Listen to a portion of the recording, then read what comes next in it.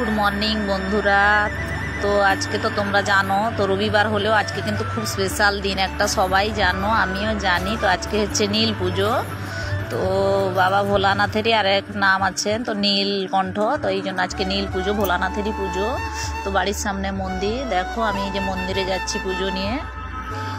তো পুজো দিতে যাব, সকালে একটু ভিড় ছিল, আমি বাড়ির পুজো শেষ করেই যে এখন যাচ্ছি। তো যে যখন দেখি তো দরজা থেকে দেখা যাচ্ছে ঠাকুরমশাই এসছেন, সকাল থেকে গাজন মেলার ঘট উঠছে, তো ঠাকুরমশাইকে সকাল সকাল আসতে হয়তো সারাদিনও থাকেন দেখছি। তো অনেকে পুজো দিয়ে চলে গেছেন, তো ঠাকুরমশাই একটু রেস্ট দিচ্ছেন।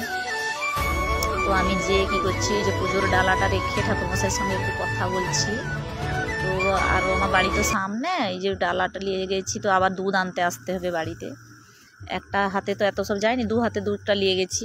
তো ঠাকুরমশাই বলছেন যে হোক দুধটা আনো, এই যে দুধ আনতে চলে এসেছি। তো এসে যখন দেখি ওই কাকিমা আমার ফলগুলা কেটে দিচ্ছেন, তো ফলগুলা কাটছেন বলে আমি আর কি করবো, তো বসে বসে তোমাদের সঙ্গে এই যে একটু ভিডিও বানাচ্ছি। তো দেখো আমাদের এই যে ভোলে বাবাকে, ওই যে ওইখানে যে দুর্গা মায়ের আর হচ্ছে বাবা ভোলানাথের ঘট উঠছে, ওই যে পিছন দিকে সাদা শাড়ি লাল শাড়ি, ওইটা একটু ঘটের মন্দিরে যে ঘট উঠছে। তো আমি এই যে বসে বসে আর কি করব, এসব করছি।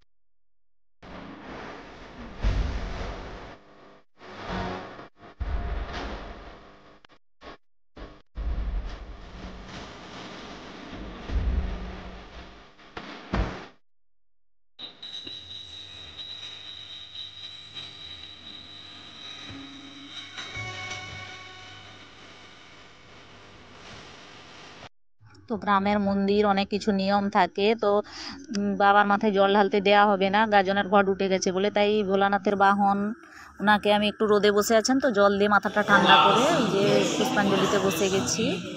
তো দেখো অনেকে পুষ্পাঞ্জলি দিচ্ছে, আমিও দিচ্ছি। তো পুষ্পাঞ্জলি দেওয়া হলে তারপরে যে ঠাকুরমশাইকে দেখো, আমাদের এই ঠাকুরমশাই খুব ভালো পূজা করেন। তো তোমরা আমাদের এই মন্দিরে কে কে পুজো দিতে আসবে তো চলে আসবে, খুব সুন্দর মন্দির। তো তোমাদের কেমন লাগছে অবশ্যই কমেন্টে বলবে।